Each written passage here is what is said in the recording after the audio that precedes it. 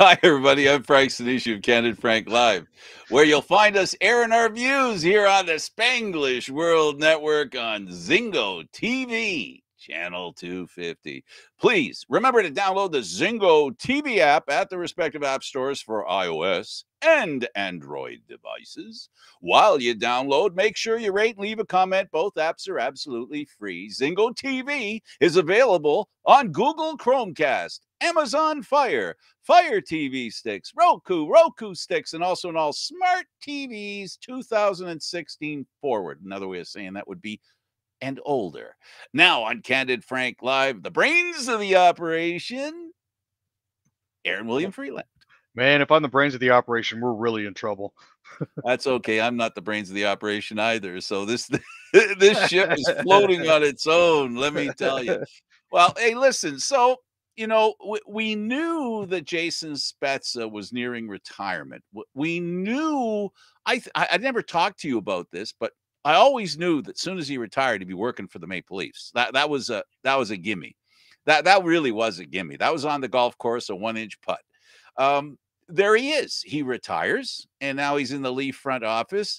I think they should give him the task of making the National Hockey League treat the Leafs better when it comes to officiating. I don't think anybody understands better how rotten the National Hockey League is to the Maple Leafs. 6-game suspension. First offense goes to. It's a wealth of experience that he brings to the role. I'm reasonably certain that. Hey, wouldn't that be neat? Jason Spezza, Director of Communications with the National Hockey League's officiating staff. I think that's what he should do. I'm serious. I'm dead serious. I got to tell you, Frank, I am glad to see him moving on. It was a shame that the Leafs couldn't actually win it for him, but everything being equal, I'm glad he's sticking with the Leafs. So, here's a promise I make, and one I'll keep. If the Toronto Maple Leafs, God love them, do win the Stanley Cup, Jason Spezza will put on his Leaf jersey, put on his skates, and he'll go for a twirl with the Stanley Cup. You think I'm kidding? I'd love to see that. I think that would happen on the ice to get it. I think that would happen. There's no rule that says you can't put the equipment on and skate around with the cup because, I mean, half-naked people jump over the glass to join the team. So I guess him doing that wouldn't be much of a stretch. No, and you know what? Honestly, it is actually something I could see him doing, and I think the Maple Leafs would hardly be on board with something like that. I would definitely want to. I don't think there's a classier player in the National Hockey League this generation of. I don't think there's a nicer guy, a more. I don't know. He just seems like a really nice guy, and he seems like a guy who really cares. And gall darn it, he loves the game. He truly loves the game. And I don't think there aren't many players that prove they're not doing it for the money. There's a few. He's not that rare a bird. There are other teams that have players. Take Bozak, for example, in St. Louis. He's playing for the minimum. So there are quite a few players who just want a chance to win the cup, just want to stay in that locker room because they love being in the locker room with the players and on that bench during the game. The feelings that they must have that you and I have never had. But even in our small, tiny little role, my role, I'm not going to compare your role with my role because I really don't know to what extent you went, and I can't compare what I went through. But I do remember being on the bench and how exciting it is to wait to hop over the boards. It's always a thrill to hit the ice, especially like that. And, to be able to do it one last time and raise the cup over your head at the end of the season, I think would be absolutely fantastic. I think he'd even be forgiven if he just wore skates out there with a suit. Yeah, yeah, but that's probably the extent he'll have to do it. And you know what? This, of course, is a lot of wishful thinking and a lot of people who say, and by the way, I'm dead serious. He should have the job of direct communications with the National Hockey League and their officiating arm. Somebody has to stand up. The bullying that the Leafs take from the National Hockey League has to stop.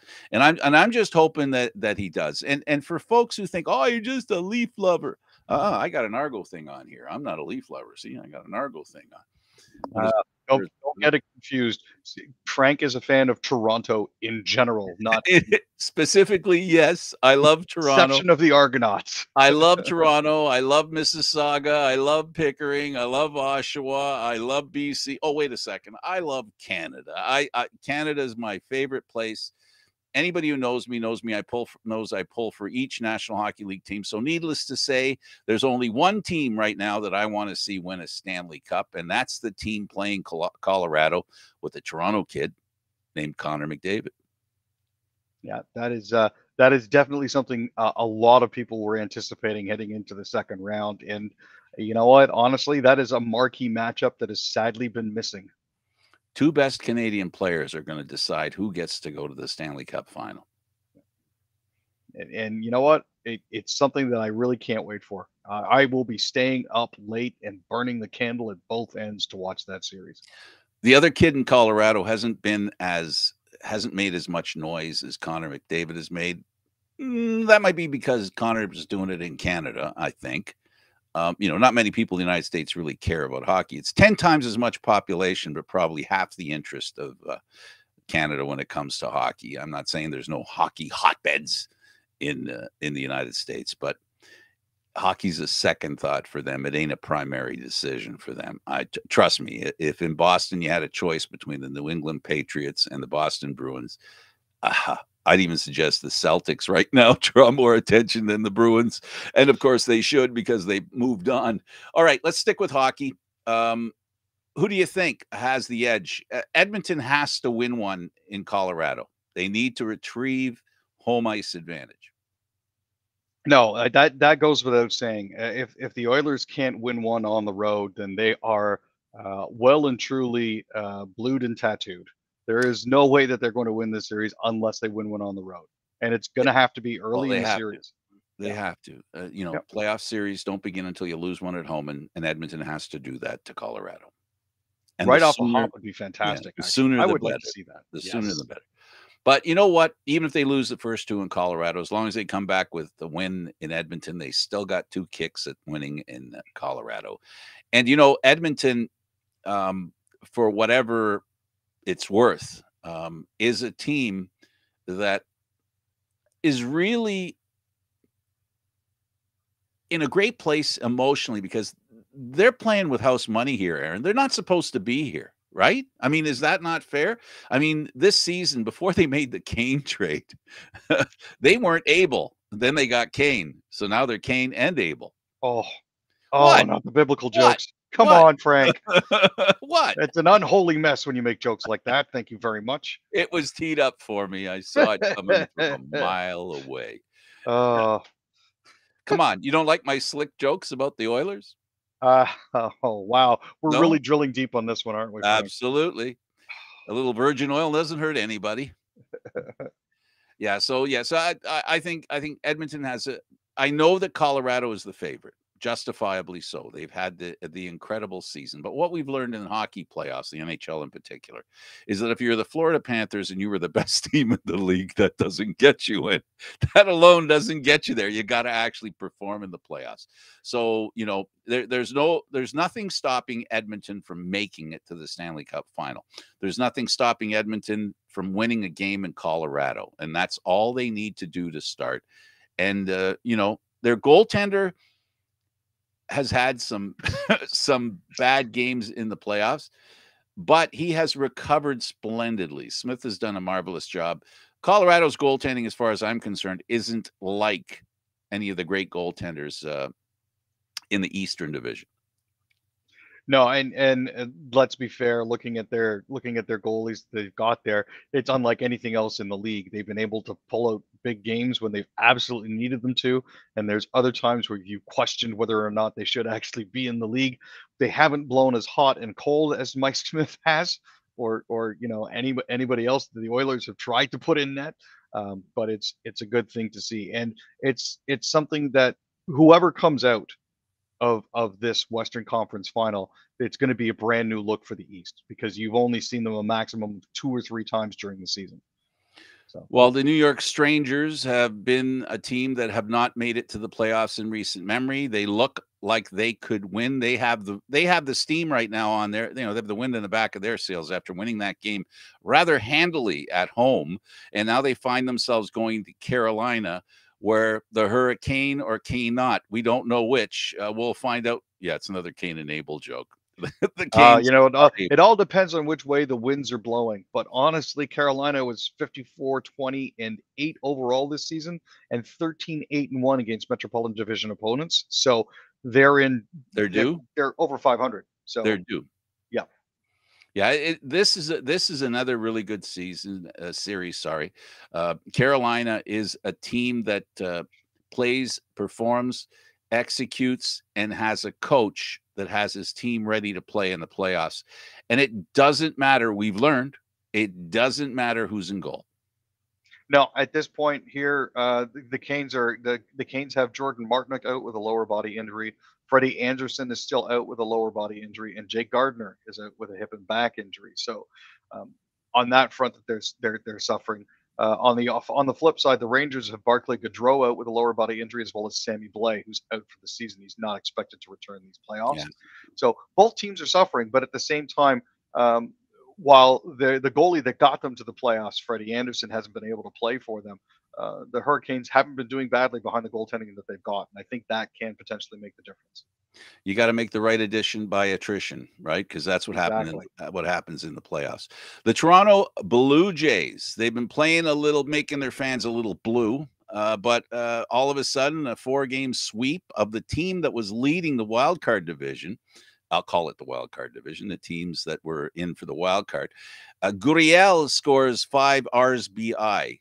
It's not RBIs, it's RBI. What the heck is it? Why do they do that? Because English is a funny language. Oh, is it? Is that what it is? Because I'm not laughing. Well, funny, weird, not funny, ha. Let's be fair. If there's somebody on the team that's going to score 5 RBI, is it going to be Gurriel 9 times out of 10? Nope. No. Is he a guy who, when he gets hot, gets really hot? So is he on his way to getting hot? He definitely is. Raymond Tapia also added 3 ribbies, and Bo Bichette hit a tying home run in the 8th, which was wonderful to see. It's been so long since Bo's gone yard like that. It's comforting. Okay. I mean, they blew a 4-run lead, and then Los Angeles turns around and blows a 3-1 lead. Well, look, they play 162 games a year. 23 times last year, the Jays scored 10 or more runs. Yeah, this was what, the 3rd or 4th time so far this season. Yeah, sometimes you get a sandlot game, sometimes you sink in the sand. It all depends on what it is. But so far, when it has come to derbies like this, Toronto's found themselves on the right side of the score more often than not.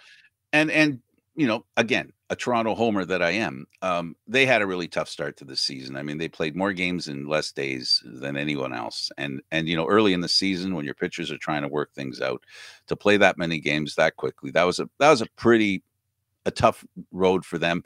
Hopefully they've straightened themselves out. They've got a reasonable pitching staff, but their hitters really got to hit. And if their hitters don't hit, this team isn't the team they can be. And that was a concern as well. A lot of the odds makers were looking at the Jays on paper and thinking to themselves, this is a dinger squad. And so far, they haven't been hitting a lot of home runs. So it's been a little bit puzzling for odds makers and bettors and people that follow the line. But, they seem to be getting themselves a little squared away better now, and that's all to the good. In all seriousness, Angels catcher Kurt Suzuki, he's okay after taking a baseball to the neck, then passing out. Yeah. In the game against the Jays, the last. Yeah, so this was in the 3rd inning. He was taking warm-up pitches with Michael Lorenzen. One of those pitches actually bounced off the ground and hit Suzuki underneath his mask. So that temporarily restricted blood flow and passed out, basically lost consciousness temporarily. So he was taken to a local hospital before he was released and returned to the stadium. He says that Sunday he's available for the last game. Sunday he was available for the last game in the series, and his biggest fear was making a big scene out of passing out. So the Toronto Argonauts, like this thing that I'm wearing here, played against their first road game exhibition game. In fact, first football game this season, they lose to the Ottawa Red Blacks, a team that David and I talk about a lot, about making a lot of improvements. They looked improved. Mazzoli looked great. The Argos didn't. It was a highly intense game that saw the Red Blacks carry the intensity a little better than the Argos. I'll be honest. I don't think there was a point at any time during this game that I felt that Ottawa was in danger of losing. I'll be fair. I mean, the first quarter was nothing really to write home about. The main difference being a 1 point a rouge, but then Ottawa consistently scored after that. 6 in the second quarter, 16 in the fourth. It shows there was a certain Swiss cheesiness to the Argonauts defense during the last quarter Absolutely. that I think was a bit of a concern. That's a bit of the problem they had last year. Let's move over to soccer. And well, no, let's stick to hockey. Let's go to hockey. Hockey Canada, their team Canada, made a glorious, comeback to bring a game against Finland in the World Championships to overtime. I don't know if you had a chance to catch it, Aaron, but very frustrating game for Team Canada. They felt the officials. I guess you got to be careful when you're wearing Maple Leaf, apparently. There were a couple calls that had me scratching my head. In particular, Shillington got a penalty for high sticking. The referee was looking right at it. We had an opportunity to see it through the referee's helmet cam, and you can very clearly see the Finnish player hitting himself in the face with his own stick. However, Canada still got called for 2 for high sticking on that. The only reason I can think that they did is because Shillington might have tapped the opposing player's stick with his, causing it to fly up into his face. But again, this speaks to the NHL's insistence that when it comes to high sticking penalties, players must remain in control of their own sticks at all times. So technically speaking, the Finnish player should have received a high sticking penalty for hitting himself in the face, but it didn't work out that way. Going to soccer, you wanted to talk about what happened in France. Yes, so this was a rather interesting situation. Just the week before, some England fans, some fans of an English team had been assaulted. In this particular case here, Saint Etienne was hosting a game against Auxerre at Geoffroy Guichard Stadium, with a spot in France's top soccer league at stake. Sorry, Auxerre won 5-4 on penalty kicks after the match, and with that, Auxerre earned promotion from League 2 to League 1.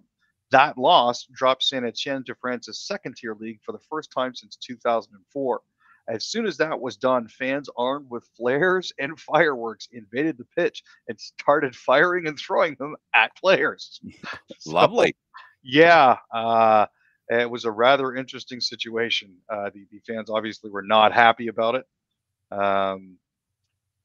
Saint Etienne did release a statement saying, for the Association Sportive de Saint Etienne, the 2021-22 season ends with the painful sanction of relegation to Ligue 2 after 18 consecutive seasons in Ligue 1. We share the immense pain and sadness of all those who love the Greens, whether it's their supporters or partners. This failure must be accepted. As main shareholders, we take full responsibility for this. Absolutely, they should.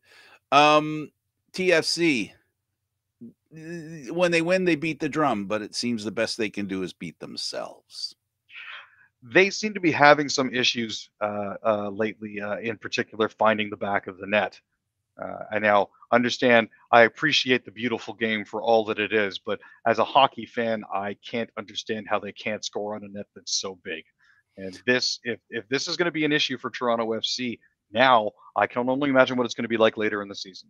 Well, they're waiting with bated breath. Their extra players, Insigne and company, coming to maybe save the day, I guess. DeGrasse, a great Canadian trackster. He's been having some rough seasons here. Unfortunately, he wasn't able to defend his title at the Prefontaine Classic. He finished last, but still had his best time of the season. So I'm confused. Is the Celtic Irish or Scottish? That's a very good question. I'd always understood that it was Irish. Oh, then fine. Then the Boston Celtics are named appropriately. Who moved on? They beat the Heat, are a former Toronto Raptor, Kyle Lowry, had injury troubles through the playoffs. Advanced age is something that can be a handicap in these kinds of back-to-back games. No, indeed. He was unfortunately a little upset. I believe his comments were something along the lines of any season is a waste of a year if you're not in the finals. Now, by most accounts, I mean, it was a successful season, but unfortunately, losing to Game 7, I think, kind of soured Kyle on that. I mean, he had been battling a hamstring injury through most of the playoffs. And aside from Game 6, he really hadn't been playing all that well. So I can understand his frustration. It is what it is. He went to Miami in the hopes of approaching another championship. Didn't work out for him. Let's move over to the weather. Thousands without power 1 week after a deadly storm swept through Ontario and Quebec. Yeah, so this is still ongoing. For those of you who missed it, a week ago Saturday was a rather extensive storm. Uxbridge had declared a state of emergency. There are more than 27,000 homes in Ontario and Quebec without power currently. At least 11 have died. There are currently still about 12,000 people in Ontario without power. Hydro Ottawa says they've got just under 10,000, and Hydro Quebec says they have just over 5. Summer beat June here in Ontario, 30 plus degrees. Yeah, so I don't know if you've been outside today, Frank, Oh, or if I've been outside every day. it's been a lot warmer than expected, especially for this time of year. It's I nice. can't The complain about mosquitoes it. I'm enjoying it. mosquitoes have been murder. Holy Yeah. moly. I had a fog of mosquitoes in the new deck we're building, so I had to turn a light on to get some work done. It was like and I looked around and they're all little babies. So like they when they bite you en masse. And so it's a rash more than it is bite marks. Oh, it's terrible. But anyway, I don't want to admit this. Well, I was going to say my inside voice that I used raid on them. I killed them dead. Well, as it should. That's what raid's supposed to do. Well, mosquito problem erased temporarily. Then I did it twice now, 2 nights, because the first night I did it, they were all gone. The next morning at night, they are a whole bunch more, a whole horde of them. So I did it again last night. So I'll tell you how it turns out tonight. A super meteor storm may light up the sky Monday night. That Monday night's tonight. Yes. So that is tonight. So if anybody is interested in taking a look at the sky, uh, this is something that was discovered about 27 years ago. This is Comet 73P Schwarzmann-Wachsmann 3, and it's finally coming through and bringing a whole bunch of buddies with it. So the nights of May 30th and 31st, astronomers say that there is a chance that we could pass through a concentrated cluster of debris from Schwarzmann-Wachsmann, and if that pays out, then it could be a fantastic meteor shower. The NRA had, of course, Trump there, and Trump did his thing. There are also a couple of Republican people speaking as well. But a lot of people had trouble getting there and announced that I'm having a little bit of a scheduling issue and I can't make it there. Don McLean and some other performers said, you know what? I ain't doing the NRA. Yeah, and this is, I think, something that was long overdue. Now, there were a whole group of bands scheduled to perform in Saturday's Grand Old Night of Freedom concert at the NRA convention, including Lee Greenwood, he who wrote the Yep. At Least I Live in America, Larry Gatlin, Russ's Heart's Larry Stewart, and T. Graham Brown. Now, a lot of them said that they won't appear.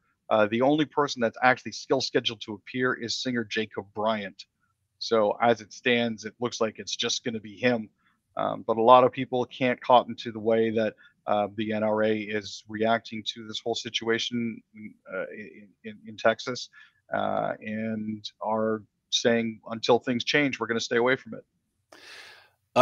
Either it's Lincoln's or Governor. You want, of course, Matthew McConaughey, who it's been whispered that he has vision of joining politics, and he has to be careful in his hometown of Texas. He was talking about an epidemic, this gun problem they have.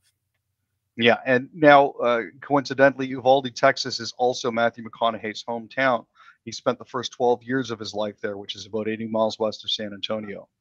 So he has pledged to donate funds towards helping them rebuild and towards helping rehabilitation efforts there. So good on him. Ronnie Hawkins, some referred to him as, well, he had the Beatles, and every great musician that traveled through Ontario went to his farm. And I'm not saying what they used to do, but let's just say it's legal now. Well, Screaming Ronnie Hawkins did finally pass at the age of 87. His wife confirmed, his wife Wanda confirmed that he went peacefully, and he looks just as handsome as ever. I remember a time when they used to call him the Hawk, and they also used to call him Screaming Ronnie Hawkins, and he used to be a mainstay down